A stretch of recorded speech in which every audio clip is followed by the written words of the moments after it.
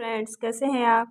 हिंदी साहित्य की इस क्लास में आपका बहुत बहुत स्वागत है, जहां पर हम आचार्य शुक्ल द्वारा लिखित हिंदी साहित्य का इतिहास पढ़ रहे हैं।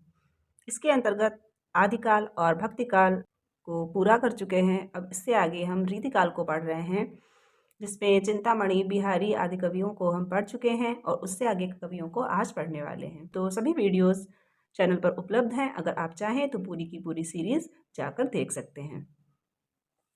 तो आइए देखते हैं आज कुछ अन्य कवियों को। कुलपति मिश्र।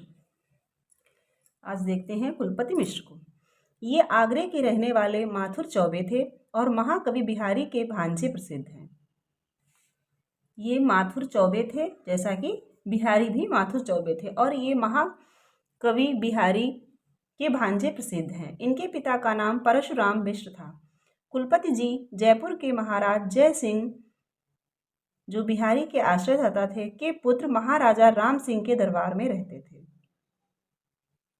बिहारी के आश्रयदाता थे जयपुर के महाराज जय सिंह, तो उनके पुत्र महाराज राम सिंह हुए। उनके दरबार में ये रहते थे कुलपति मिश्र। इनके रस रहस्य का रचनाकाल कार्तिक कृष्ण एकादशी संवत 1727 है।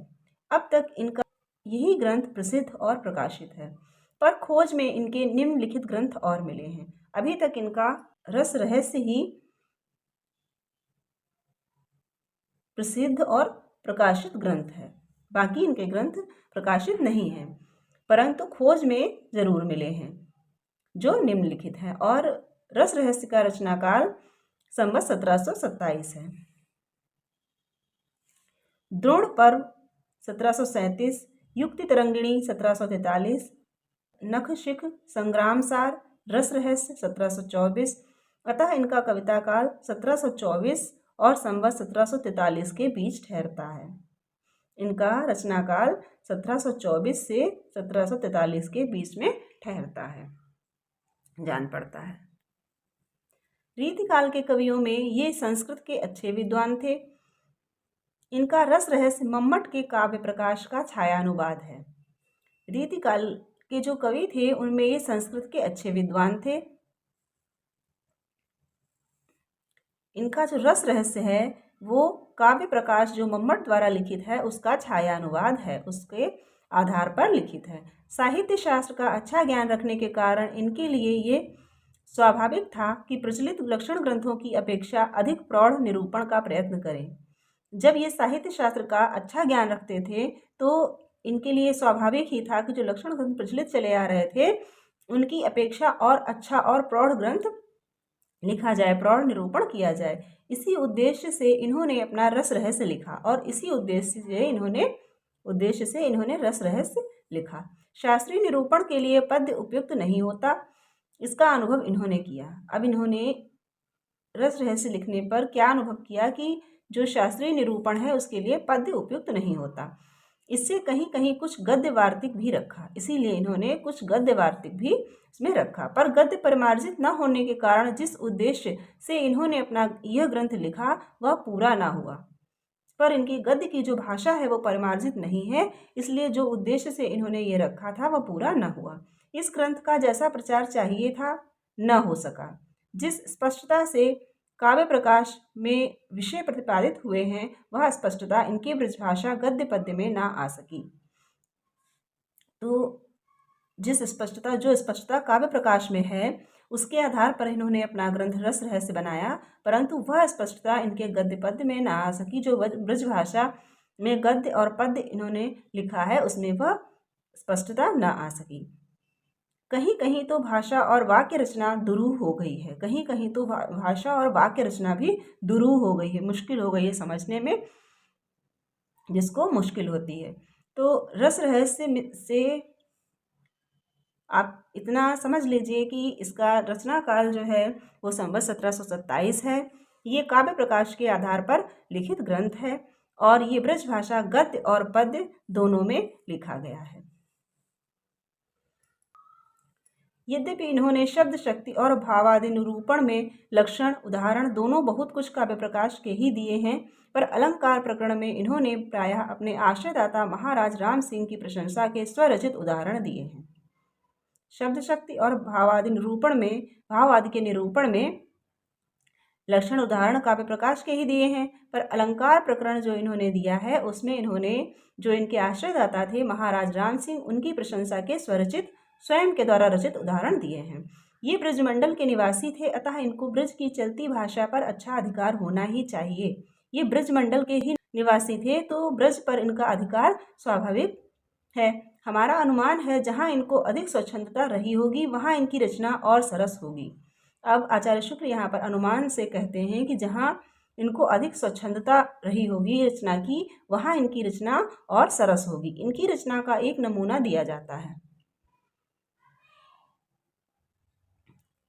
ऐसी कुंज बनी छवि पुंज रहे अलिगुंज तियों सुख लीजे, नैन विशाल हिये बनमाला बिलोकत रूप सुधा भरी पीजे, जामिनी जाम की कौन कहे जुग जात न जानिए ज्यों छिन छीजे, आनंद यों उमगे ही रहे प्रिय मोहन को मुख देखी वो कीजे। तो ये कुलपति मिश्र की पंक्तियां हैं। अब आइए देखते हैं सुखदेव मिश्र को। इनका कुलपति मिश्र का एक ही ग्रंथ प्रसिद्ध है जो है रस रहस्य, उसी के बारे में आचार्य शुक्ल ने यहाँ इतनी जानकारी दी है। सुखदेव मिश्र दौलतपुर जिला रायबरेली में इनके वंशज अब तक हैं।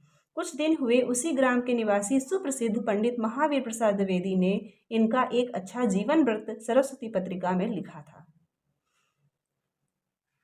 सुखदेव मिश्र दौलतपुर जिला रायबरेली के रहने वाले थे, तो वहीं के निवासी थे पंडित महावीर प्रसाद द्विवेदी। उन्होंने इनका जीवन व्रत, सुखदेव मिश्र का जीवन व्रत सरस्वती पत्रिका में लिखा था।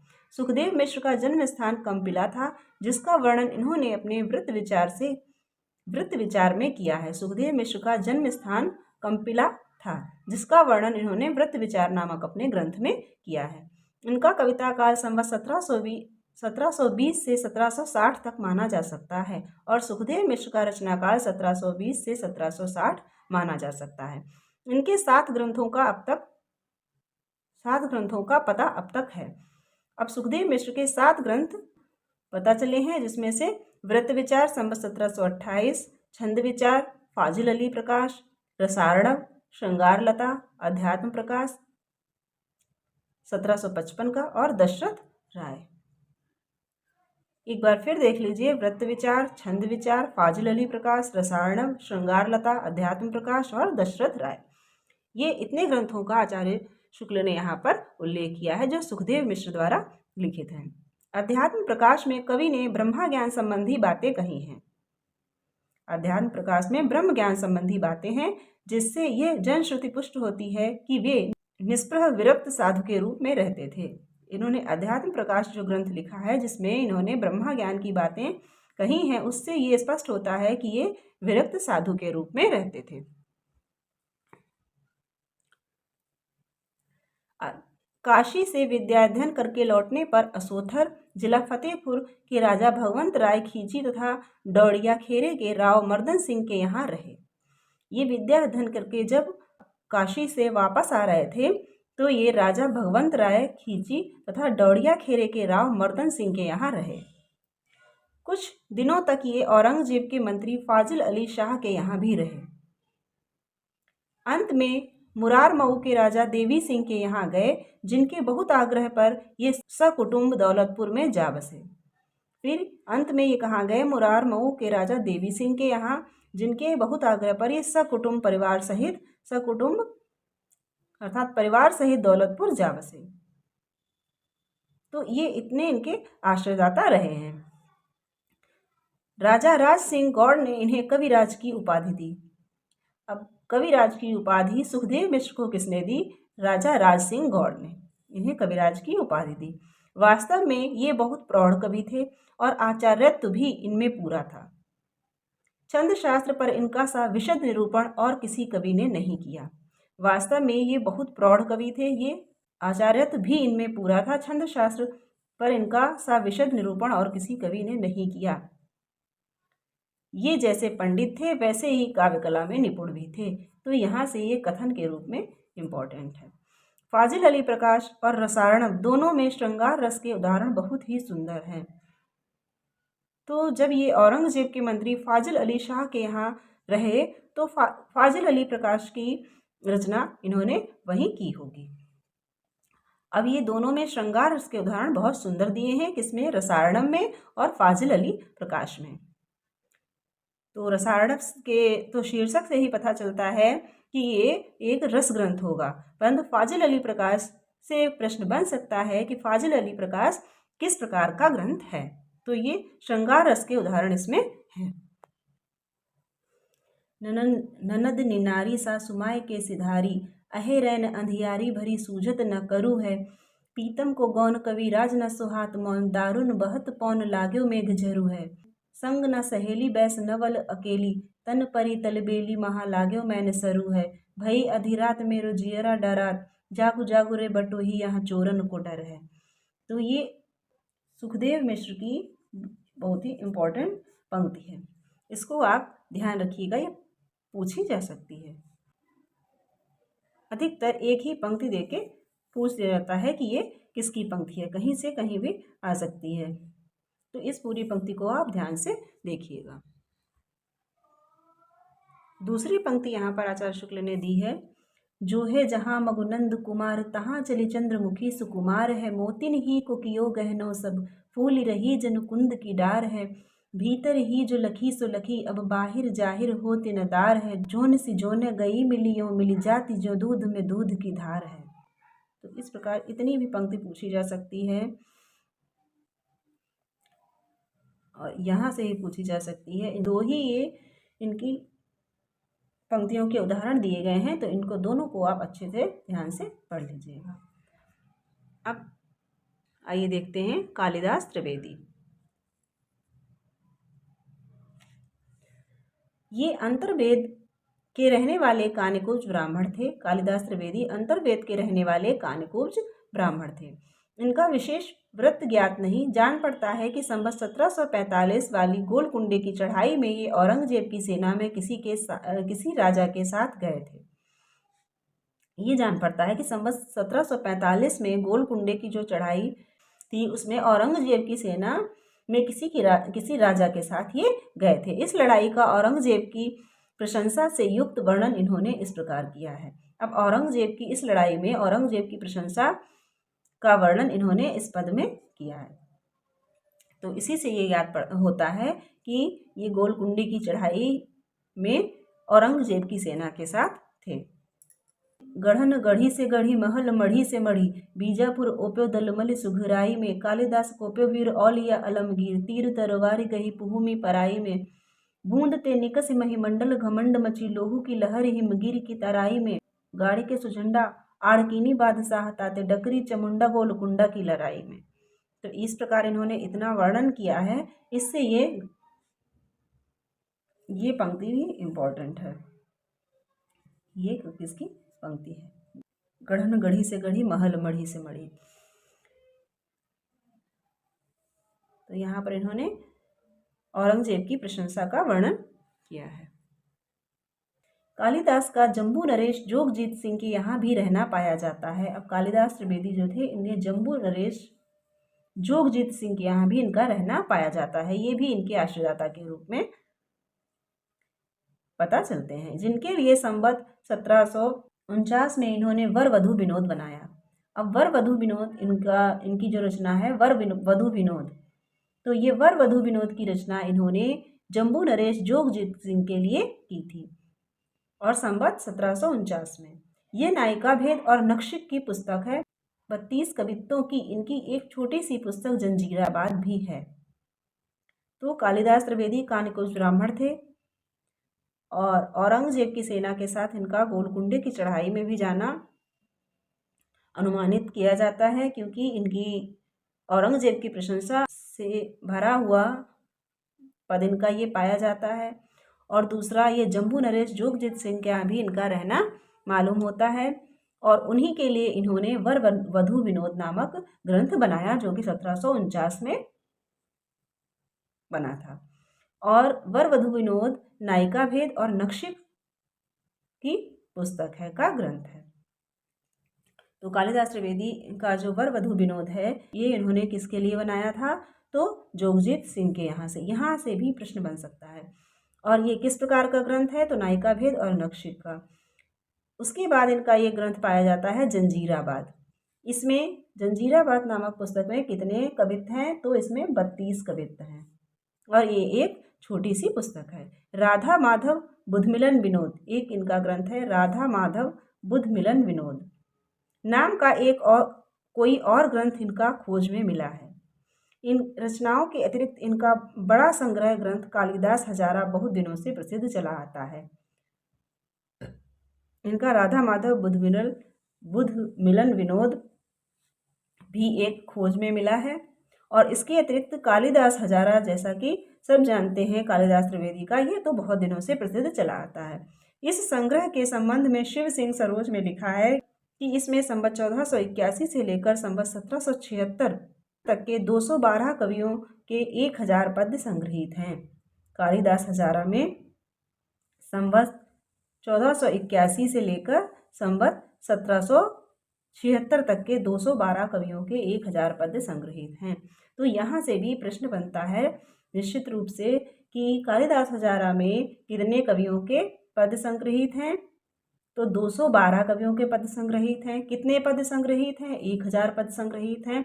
और कब से कब तक के कवियों का वर्णन है? तो संवत 1481 से 1776 तक के कवियों का वर्णन है। तो इस जानकारी को बिल्कुल आप ध्यान से पढ़िएगा और नोट भी कर लीजिएगा। कवियों के काल आदि के निर्णय में यह ग्रंथ बड़ा ही उपयोगी है। कवियों के काल आदि जो इसमें दिए गए हैं, इस दृष्टि से कालिदास हजारा बहुत ही उपयोगी ग्रंथ है। इनके पुत्र कवींद्र और पौत्र दूल्हा भी बड़े अच्छे कवि हुए। इनके पुत्र थे कवींद्र, किसके? कालिदास त्रिवेदी के, और पौत्र दूल्हा, जो दूल्हा कवि हैं जिनका नाम आपने सुना होगा, वो कालिदास त्रिवेदी के पौत्र थे। ये एक अभ्यस्त और निपुण कवि थे। इनके फुटकल कवित्त इधर उधर बहुत सुने जाते हैं। ये एक अभ्यस्त और निपुण कवि थे। इनके फुटकल कवित्त भी सुने जाते हैं, जिनसे इनकी सहृदयता का अच्छा परिचय मिलता है। 2 कवित्त नीचे दिए जाते हैं। अब इनके 2 कवित्त नीचे आचार्य शुक्ल ने उद्धृत किए हैं। चूमो कर कंज मंज अमल अनूप, तेरो रूप के निधान कान मोतन निहारी दय। कालिदास कहे मेरे पास हरे हेरी हेरी, माथे धरि मुकुट लकुट कर डारी दे। कुंवर कन्हैया मुख चंद को जुनैया, चारु लोचन चकोरन की प्यासन निवारी दे। मेरे कर मेहंदी लगी है नंदलाल, प्यारे लट उलझी है नकबेसर संहार दे। इतना सुंदर पद ये कालिदास त्रिवेदी का है। और एक दूसरा पद भी यहाँ पर आचार्य शुक्ल ने दिया है। हाथ हस दीनो भीति अंतर परसि प्यारी, देखत ही छकी मखी कानर प्रवीण की। निकस्यो झरोखे माज बिगस्यो कमल रस, ललित अंगूठी तामे चमक चुनीन की। कालिदास तैसी लाल मेहंदी के बुंदन की, चारु नख चंदन की लाल अंगुरीन की। कैसी छवि छजती है छाप और छलान की, सु कंकन चुरीन की जड़ाऊ पहुँचीन की। तो ये इतने सुंदर पद्य जो हैं वो कालिदास त्रिवेदी के हैं। तो कालिदास त्रिवेदी का वर्णन अब यहीं समाप्त होता है। अब आइए देखते हैं अन्य कवियों को, जो जिनके विषय में थोड़ी थोड़ी जानकारी दी हुई है। श्रीधर या मुरलीधर, ये प्रयाग के रहने वाले ब्राह्मण थे और संवत 1737 के लगभग उत्पन्न हुए थे। यद्यपि अभी तक इनका जंगनामा ही प्रकाशित हुआ है, जिसमें फर्रुखसियर और जहांदार के युद्ध का वर्णन है, पर स्वर्गीय बाबू राधाकृष्ण दास ने इनके बनाए कई रीति ग्रंथों का उल्लेख किया है, जैसे नायिका भेद, चित्रकाव्य आदि। इनका कविता काल संवत 1760 के आगे माना जा सकता है। श्रीधर एक कवि हुए हैं जिनका संवत 1737 के लगभग उत्पन्न हुए ऐसा माना जाता है। अभी तक इनका एक ही प्रकाशित ग्रंथ मिला है, जंगनामा, परंतु बाबू राधाकृष्ण दास ने इनके और भी ग्रंथ बताए हैं, जैसे नायिका भेद, चित्रकाव्य आदि। और इनका जो कविता करने का समय रहा है वो 1760 से आगे तक माना जा सकता है। सूरती मिश्र, ये आगरे के रहने वाले कानिकुब्ज ब्राह्मण थे। और सूरती मिश्र आगरे के रहने वाले कानिकुब्ज ब्राह्मण थे। जैसा कि इन्होंने स्वयं लिखा है, सूरती मिश्र कनौजिया नगर आगरे बास। इन्होंने अपने संबंध में ये लिखा है। इस पंक्ति से पता चलता है कि ये कानिकुब्ज ब्राह्मण थे और आगरा के रहने वाले थे। सूरती मिश्र कनौजिया नगर आगरे बास। इन्होंने अलंकार माला संवत 1766 में और बिहारी सतसई की अमर चंद्रिका टीका संवत 1794 में लिखी। इन्होंने अलंकार माला नामक ग्रंथ संवत 1766 में लिखा और बिहारी सतसई की जो टीका इन्होंने लिखी है अमर चंद्रिका नाम से, वो इन्होंने 1794 में लिखी। अतः इनका कविता काल विक्रम की 18वीं शताब्दी का अंतिम चरण माना जा सकता है। इन्होंने 1794 में लिखी, अतः इनका जो कविता काल था, कविता काल का समय, कविता करने का समय वो 18वीं शताब्दी का अंतिम चरण माना जा सकता है। इनके संबंध में सबसे प्रसिद्ध और फेमस ये है कि इन्होंने बिहारी सतसई की टीका अमर चंद्रिका नाम से लिखी। ये नसरुल्ला खान नामक सरदार के यहाँ दिल्ली के बादशाह मोहम्मद शाह के दरबार में आया जाया करते थे। ये नसरुल्ला खान नामक सरदार के यहाँ तथा दिल्ली के बादशाह मोहम्मद शाह के दरबार में आया जाया करते थे। इन्होंने बिहारी सतसई, कवि प्रिया और रसिक प्रिया पर विस्तृत टीकाएं रची। अब यहाँ देखिए, इन्होंने बिहारी सतसई की तो टीका लिखी ही, इसके साथ साथ कवि प्रिया और रसिक प्रिया पर भी इन्होंने विस्तृत टीकाएं लिखी हैं, विस्तार से टीकाएं लिखी हैं, जिनसे इनके साहित्य ज्ञान और मार्मिकता का अच्छा परिचय मिलता है। अब सूरत मिश्र ने बिहारी सतसई की टीका के अतिरिक्त कवि प्रिया और रसिक प्रिया पर भी टीकाएं लिखी हैं, जिससे इनके साहित्य ज्ञान और मार्मिकता का परिचय मिलता है। टीकाएं ब्रजभाषा गद्य में हैं। अभी ब्रजभाषा टीकाएं जो इन्होंने लिखी हैं उनकी भाषा क्या है? ब्रजभाषा गद्य। इन टीकाओं के अतिरिक्त इन्होंने बैताल पंचविंशति का ब्रजभाषा गद्य में अनुवाद किया है और इन टीकाओं के अतिरिक्त इन्होंने बैताल पंचविंशति का ब्रजभाषा गद्य में अनुवाद भी किया है और निम्नलिखित रीति ग्रंथ रचे हैं। और इसके अतिरिक्त इनके स्वयं के रीति ग्रंथ ये हैं: अलंकार माला, रस रत्नमाला, रस सरस, रस ग्राहक चंद्रिका, नक्षिक, काव्य सिद्धांत और रस रत्नाकर। 4 ग्रंथ इन्होंने रस से ही लिखे हैं: रस रत्नमाला, रस सरस, रस ग्राहक चंद्रिका और रस रत्नाकर। और बाकी के एक है अलंकार माला, एक नक्षिक और एक काव्य सिद्धांत। ये 7 ग्रंथ जो इनके हैं, इनका उल्लेख आचार्य शुक्ल ने यहाँ पर किया है। अलंकार की रचना इन्होंने भाषा भूषण के ढंग पर की है। अलंकार की रचना जो है वो भाषा भूषण के आधार पर इन्होंने की है। इसमें भी लक्षण और उदाहरण प्रायः एक ही दोहे में मिलते हैं। जो जसवंत सिंह की भाषा भूषण है उसके आधार पर इन्होंने रचना की है। इसमें भी इन्होंने लक्षण और उदाहरण एक ही दोहे में, प्रायः अधिकतर एक ही दोहे में मिलते हैं, जैसे जसवंत सिंह ने भाषा भूषण में रखा था: हिम सो हर के हास सो जस मालो पमठान, सो असंगति कारण अवर कारज और थान, चली अहिश्रुति आनहि रसत नसत और के प्राण। इनके ग्रंथ सब मिले नहीं हैं, जितने मिले हैं उनसे ये अच्छे साहित्य मर्मज्ञ और कवि जान पड़ते हैं। इनके सभी ग्रंथ मिले नहीं हैं, परंतु जितने मिले हैं उनसे ये अच्छे साहित्य मर्मज्ञ और कवि जान पड़ते हैं। इनकी कविता में तो कोई विशेषता नहीं जान पड़ती, पर साहित्य उपकार इन्होंने बहुत कुछ किया है। काव्य की, इनकी कविता की कोई खास विशेषता नहीं जान पड़ती है, पर इन्होंने साहित्य का बहुत कुछ उपकार किया है। नक्षिक से इनका एक कवित्व दिया जाता है। अब इनकी जो नक्षिक नामक रचना है उससे यहाँ पर आचार्य शुक्ल ने एक कवित्व दिया है: तेरे कपोल बोल अति ही रसाल, मन जिनकी सदाई उपमा विचारियत है। तेरे ये कपोल बोल अति ही रसाल, मन जिनकी सदाई उपमा विचारियत है। को न समान जाहि कीजे उपमान, अरु बापुरे मधुकन की देह जारियत है। नेक दर्पण समता की चाह करी कहूँ, भय अपराधी असुचित धारियत है। सूरत सो याहि ते जगत बीच आजहु लो, उनके बदन पर छार डारियत है। सूरत सो याहि ते जगत बीच आजहु लो, उनके बदन पर छार डारियत है।